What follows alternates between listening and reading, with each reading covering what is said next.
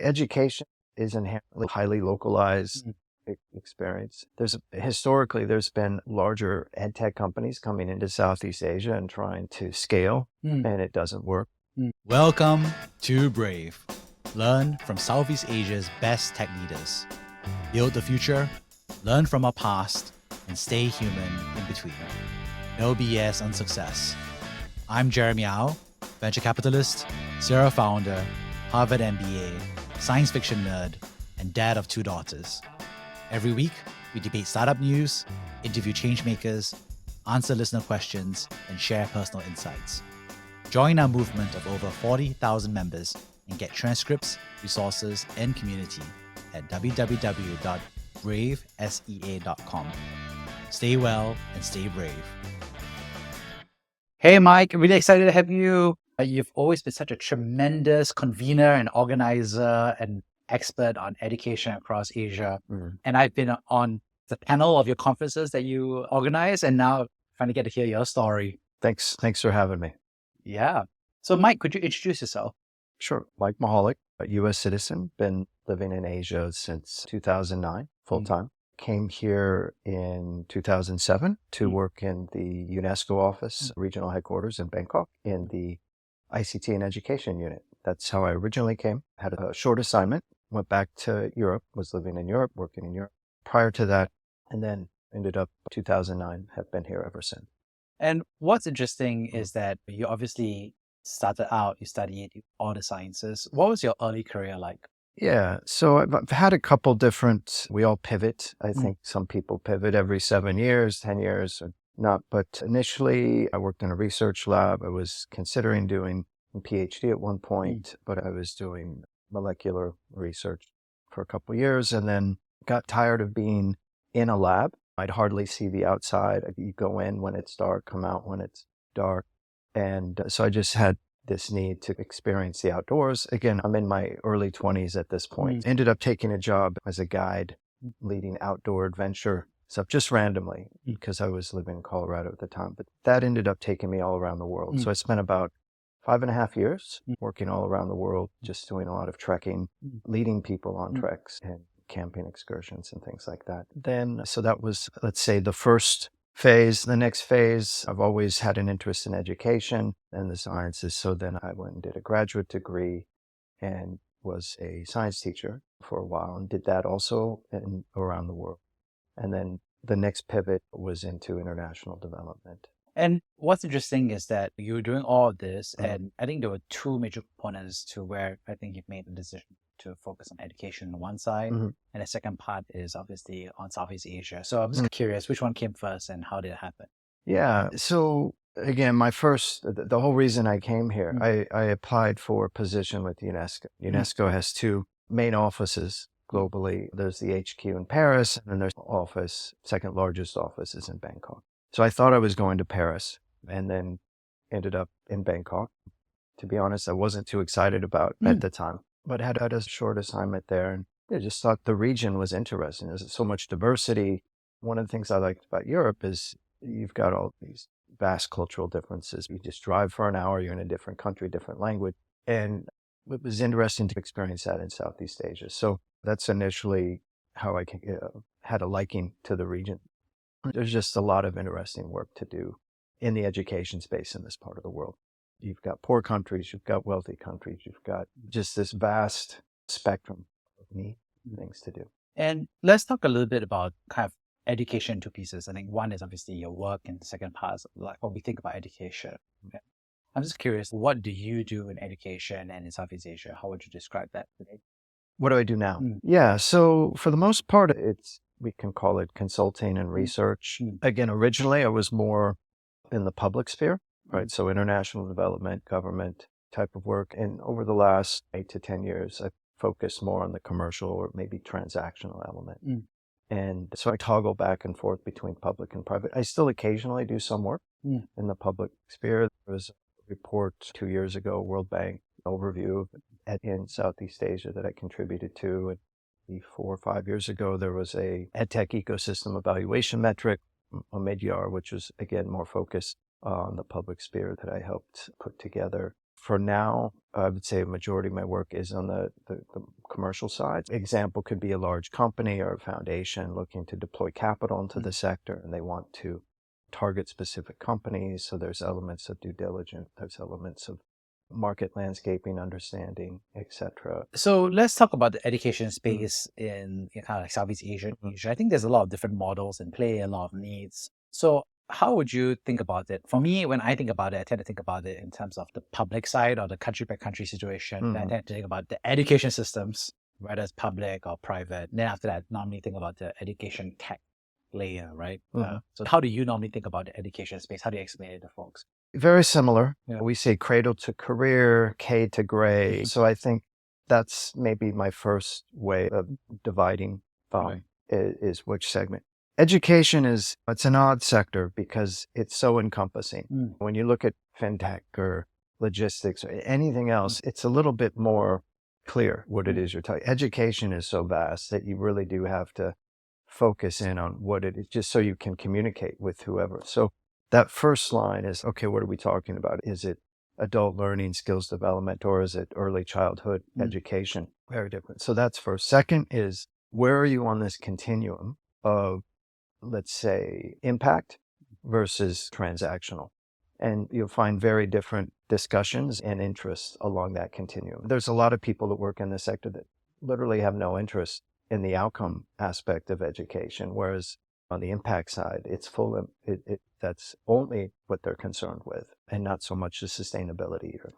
So sizing up where people are or where organizations are on that continuum, I think, is very helpful. But then, as you've already said, what kind of market are we dealing with? What phase of development is Edtech or education innovation within that particular market? That's where I start. Actually, that's a really fair point, which is that there's actually a widespread, right? Obviously, there's the, I guess you call it pre-K, but before a formal school system, official government system, whatever it is, like the 0 to 8. Then obviously there's a K-12 system, or primary school to middle/secondary school to high school dynamic, which is normally government subsidized. Then there's university level, and then there's a lifelong learning side as well. So that's another totally different angle of it as well. What do you think people tend to get wrong about the space? Because a lot of folks who want to build in this space.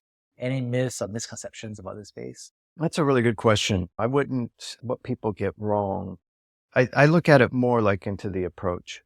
I'm really amazed over time, just as the nature of my work, I tend to have a macro lens of some of the solutions that are out there, and not just within Southeast Asia, but let's say Asia as a whole or the region. And quite frequently, we'll have somebody come in wanting to address a particular issue, come up with a solution that is totally unaware that there's something exactly similar to what they're trying to build, with no knowledge of that. So I think one thing I repeatedly observe is the lack of kind of market landscaping and existing market understanding for, let's say, new entrepreneurs coming in. I've seen it actually with some existing larger companies as well that decide, and then I'll say, hey, there's a company in Poland that does exactly you just buy them or something.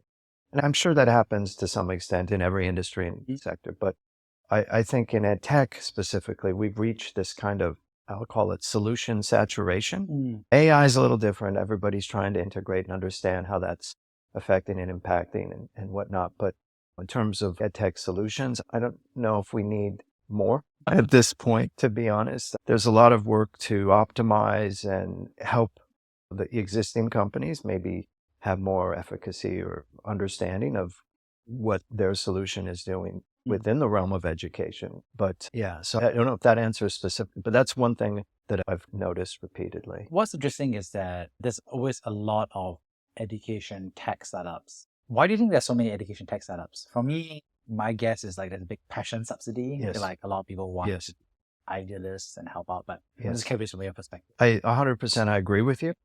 Even within that, I've noticed over the years, there's different types of personalities that kind of show up. So you'll have, and again, not to stereotype or generalize that this could be misinterpreted for whoever's watching, but you'll have younger, idealistic people that are very passionate and they want to change things. Maybe they don't understand the whole theory of change model and how to go about that. And that's good because they usually have a lot of energy. On the other end of the spectrum, you'll have maybe older people, maybe more my age range, maybe they exited a company, they're well-resourced, they have no experience in the sector, but they also want to make a change and they feel they put a lot of money and resources behind it. And so there's a lot of folks who are doing that. And I think another cluster obviously is those who are former teachers or formerly from the education system.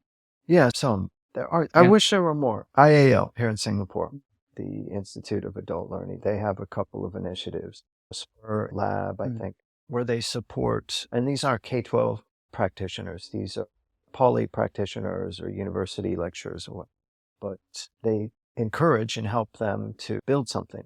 And obviously there's incentives and support to do. I wish there were more programs like that because it's these people have the closest like on the ground experience of understanding what's needed, at least on the learning side. Probably they'll have less understanding of maybe back end and admin and what solutions could help optimize that realm. But K-12 Teach for All group, Teach for America, there's a high number of alumni from that program that have gone on and started and exited some pretty decent sized companies.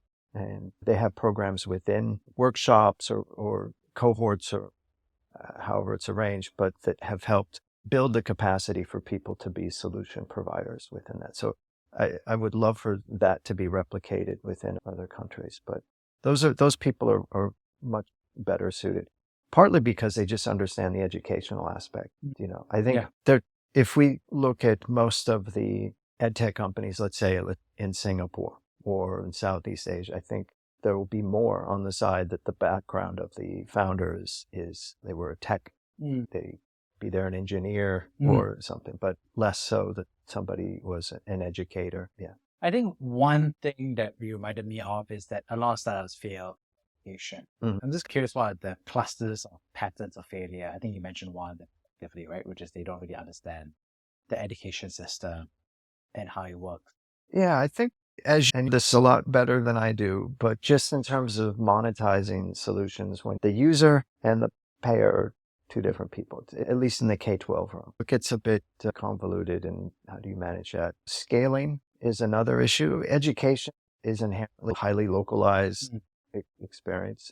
Historically, there's been larger edtech companies coming into Southeast Asia and trying to scale, and it doesn't work.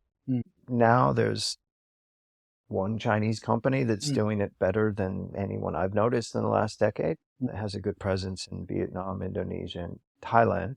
But it's hard to scale across countries that are so vastly different in terms of how they perceive the cultural perception of education. People haven't worked out an efficient business model on their solution. And you can only get so far before you run out of money. Yeah. I like what you said, which is that I think there is a difference between the buyer and the user, right? The user is a child who's learning most of the time, and the buyer is either school or parent or some other stakeholder. So I think I would say that's something that's often underappreciated. And I think another thing I often think about is I've met so many parents who are like, children need to be taught better to whatever specifications, which is a little bit idiosyncratic or a little bit like personalized for that person, but it may not necessarily generalize everybody. Maybe not everybody needs to learn, for example, wilderness survival skills could be something a parent could be very passionate about, and they want to bring that solution out to people. But often they feel like they meet the broader population, it doesn't gel, it doesn't. Yeah. Okay, this might go off on a tangent, but it's interesting you mentioned that. I think there's different ways to educate people. There's different interests. Yes, obviously it emanates from the parent. Whatever they feel is important for their child, they're going to lean towards. But these other aspects of educate, where it's travel, experiential, nature, I think moving forward, even though we're essentially like do ed tech, but I think moving forward, I think this aspect I find very interesting, especially as we become more integrated with technology, and anything that's focused on the human part of learning, the connection and communicating and whatnot is going to fare well forward. So yeah, we'll see where that goes. What do you think about the bell curve in terms of early adoption technology, right? So obviously there's some interaction with household income as well. But I'm just kind of curious because I feel like in the kind of one stack of, let's say, technology early adopters and even education, there's also a big push to be against screen time, for example. Yes. And then I think if you look at I would say the middle bell of the bell curve, obviously you see a trend kids with the iPads. Yeah. And there's a ton of iPads. And Correct. they're all like popping bubbles and Yeah. pop and games. Yeah. And then us, obviously, they're not using technology. This is very old school because there's a traditional approach. You don't even have electronic devices. So I think there's a big, that's what I see when I go to the mall. I see that range of behaviors, right? I'm curious, what do you think about all of that? Yeah. Okay. So maybe let's take a step back, just talk about technology in general. When I started at Tech Asia, the term technology for me was never like a device. Technology to me is just a more efficient way or a tool of doing something better. Marriage is a technology. Or maybe Kaizen is a more appropriate word, but how do you continually improve upon something? So when I started at Tech Asia, how I was thinking of the word technology. Now technology is just synonymous with devices, computer or laptop or whatever. And how does that help us to learn more efficiently and give us access, whatnot? But to your question, now we're at a point where we have enough research and we know at certain age groups how much is too much.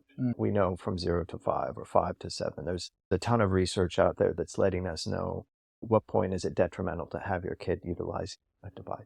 But there's always a disconnect. Like in pharmacy, it takes 5 to 7 years before the research is publicly available. I think we're in that period now with education. And one of the areas that there could be more done is building the capacity of tech solution providers to help them understand what the current research is telling. So that research to practice element, I think, is critical. And once we embrace that more and that knowledge is integrated into the development of education products, I think we'll get to the next level. But it's a long process. It's education. It's slow. But that's quite interesting. Yeah. So where do you stand on technology and children? You work with so many founders, you work with so many school educators. What do you think is your stand on this?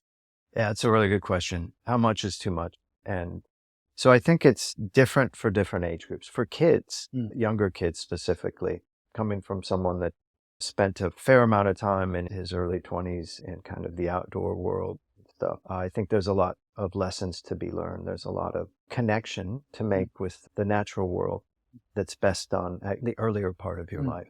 My preference, if I had kids, would be to excessively limit the amount of time on the device.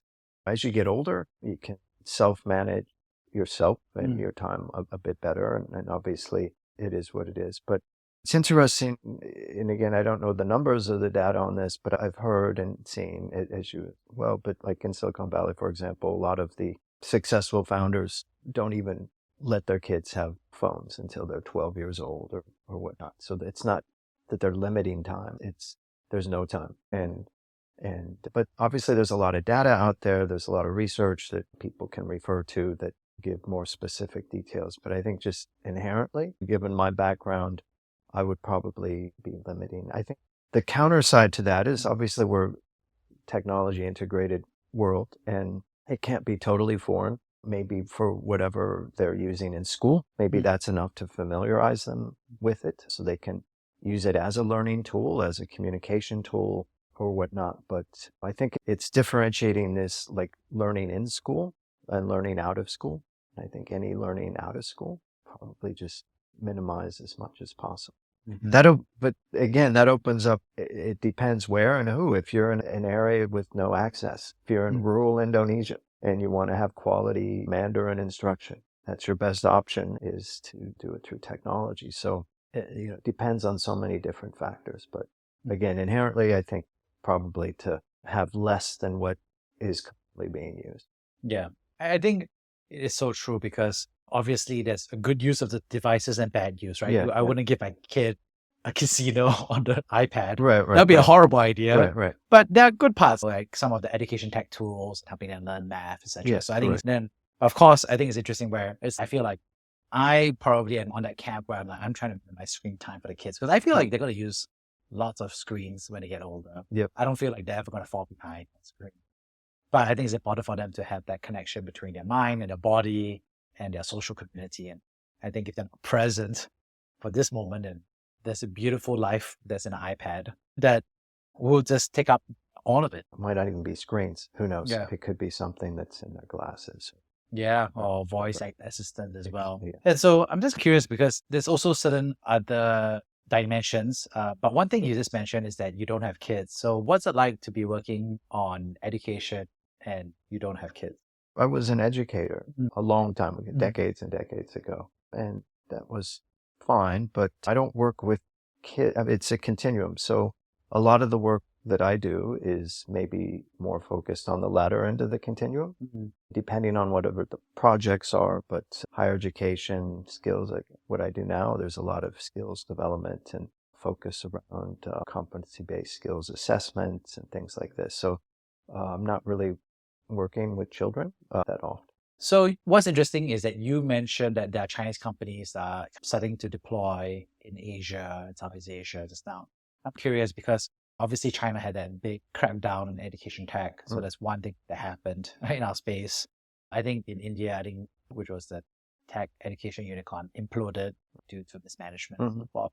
So I'm just kind of curious, like what are the trends that you see in education? Yeah, so China, it's interesting. China and India, obviously the two big behemoths in the region, Mm, have a huge impact on a lot of the other countries and activities, funding and whatnot. China, it was the double alleviation reduction policy. mm, Overnight, basically said all profitable education companies in the K-12 realm that are offering core curriculum are now, nonprofit. You can't make money. You can't go public. You can't advertise. And there's a whole list. Those are just some of the main issues. So that changed a lot for Chinese companies. They went into, or Chinese Edtech companies. So they went into, let's say, a withdrawal for a few years to figure out what is it the government wants, what can they now do, and whatnot. So a lot of the main drivers of the education or commercial education sector in China, which was tutoring, went underground. And mm, that became a whole other issue. mm, But now things are changing. Some of the companies that were backlogged or were going to IP mm. that have just been not doing much the last few years, they've resumed their original intent. So I think this year, later this year, 2025, we'll see several Chinese education companies IPO, IPO in the States, Mm. likely, which is interesting. And then part of that, as you internationalize your company outside of China, Southeast Asia, is of interest. There's always been a lot of interest from large Chinese companies in the region, but I don't know if it was fully intentional Mm. or sincere. Mm. I think now it is. Like I said, there's a couple companies now that are doing quite well in Mm. the region. Yeah, I think it's promising. I think the other thing, I lived in Beijing prior to the pandemic, was there for several years working with a lot of these companies. And in terms of just the ecosystem, China's much more advanced. If you look at, let's say, a large education company in the US or Europe, they did not have the firepower, the research, the engineers and whatnot that were developing products at the rate that the Chinese were. They put a lot of money and effort into that. Some of the larger companies like Tao and New Oriental, every year they would go and they would visit MIT and Stanford and try to get new engineers and pay them more than those engineers would have been paid in the US.